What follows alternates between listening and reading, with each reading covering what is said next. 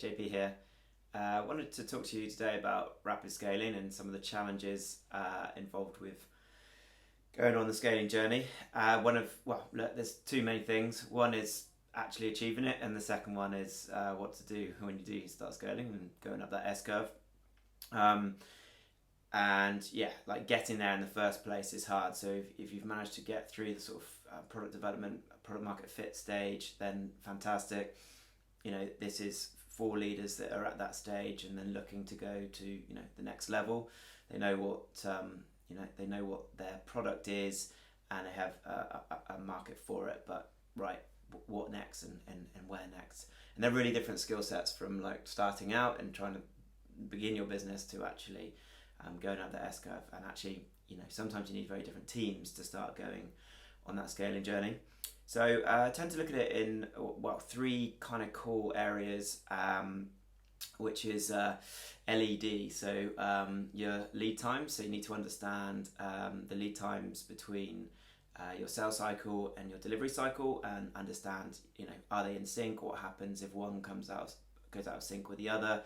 How do you catch up? All of those types of things. It's a real challenge to really understand that and to plan ahead for it. So that's the first thing. Second, of the LED is experience. So does your customer still get the same experience? Do they still get the same value? Do you keep the quality up as you scale? So what do you need to do in that respect? And I always like the sort of phrase employee experience equals customer experience. So if you suddenly put loads of pressure for your team, what does that do for your team?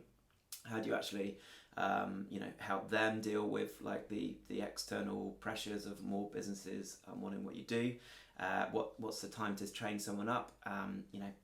If it takes 3 months to get someone from beginning or starting in your business to being able to deliver, then you've got to really be sure about what's happening in your pipeline. So, you know, again, it's really important about those two cycles being in sync. And the final one is debt. So it's around, there's a few different types of debt that you can build up as you build a business. There's tech debt and there's corporate debt. They're the two most common ones I come across. So tech debt is when you build something that isn't quite right, or doesn't quite have the, you know, and it doesn't necessarily have to be a tech platform. It could be, you know, the system that you've built. Are there things in it that mean that it actually is going to be quite hard to deliver at scale? And corporate debt, again, it's, you know, it's the way in which you structure the company. How have you thought about, you know, which people do you need in which roles in which teams? So they're the three core areas.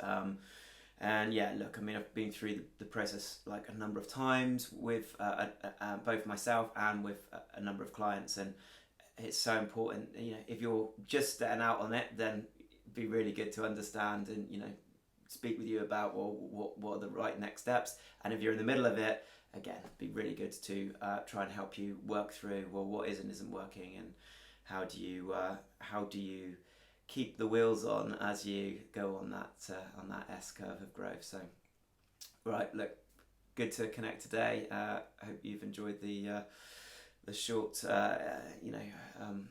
kind of session on scaling and what it means and what you can do to try and keep on track. Look forward to seeing you very soon. Cheers. Bye.